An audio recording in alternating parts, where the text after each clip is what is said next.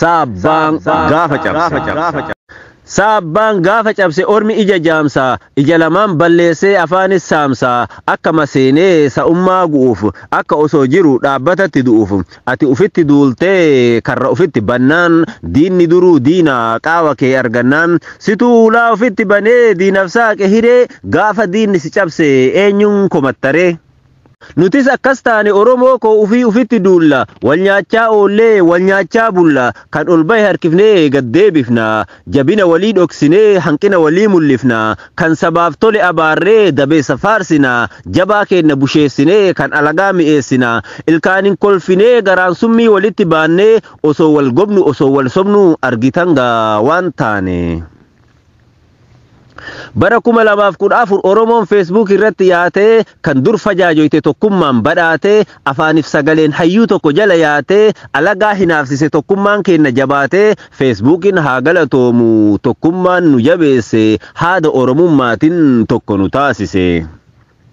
Lafa itti tokkoomne lafa itti wal baranne hunduu Facebooka dhiifnee irraa baqanne TikTokitti godaanne raroo teenna guuranne xiqqaa fi guddaan achitti wal geenne kaayyoof tokkummaa keenya achitti lafa keenne filtariin babbareedee namuutu mul'ata kun ni sirba kun waan jaalalaa dubbata kun argaa wal jibbee asittuu waliin oodee kun wal arrabsaa gandaa wal qoodee kun ibidda qabsiisa kun jala bobeessa kun amantii wal arrabsa amantii walii xiqqeessa xiqqaa fi guddaan kabajaa waliif dhabnee beekaaf hayyuu arrabaan xiqqeessinee goota biyyaaf du'e gandaaf galchinee kun keeti kun kooti jechuun hayyuu addaan qoodannee hayyuu tokko faarsinee tokko busheessaa jecha hin fayyineen garaa wal madeessaa walitti dhaadannee quba walitti irbinee goota biyyaaf wareegame suuraa gaggara galchinee akka waan ufii jirru irra dhaabannee sirbinee ija diinaa duratti wal xiqqeessine eenyuun komannaree ufii wal cabsine. Ijoolleen duraan iyyitee sabaaf taatu sagalee amma of irraanfatte geemii taphatuu malee kun taap kooppi sheer liinki jedhaa oola kun abaaboo takka leenca ol naa darbaa na qaqqabaa jedhaa bula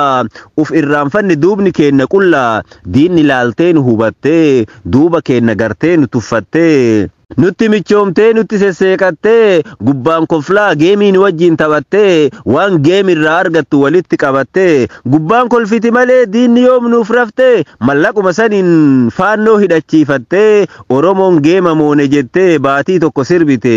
jarri ammoo morma murtee mootee nu garsiifte.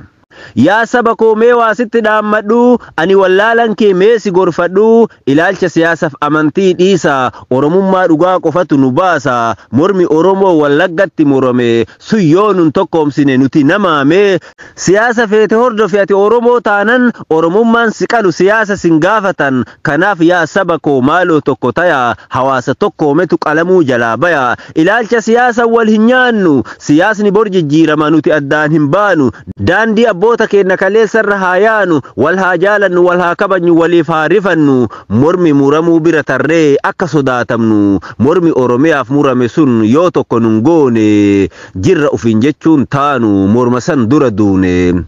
Kaayyoo diinaa qalbeeffadhu ilmaan kan kee jabeeffadhu atis hidhadhu hidhachiisi biyya abbaa kee kabachiisi gadaan kan Oromooti Oromoon ka xabbooti xumure walaloo kiyyaa qopheessan leellisaa Oromiyaa.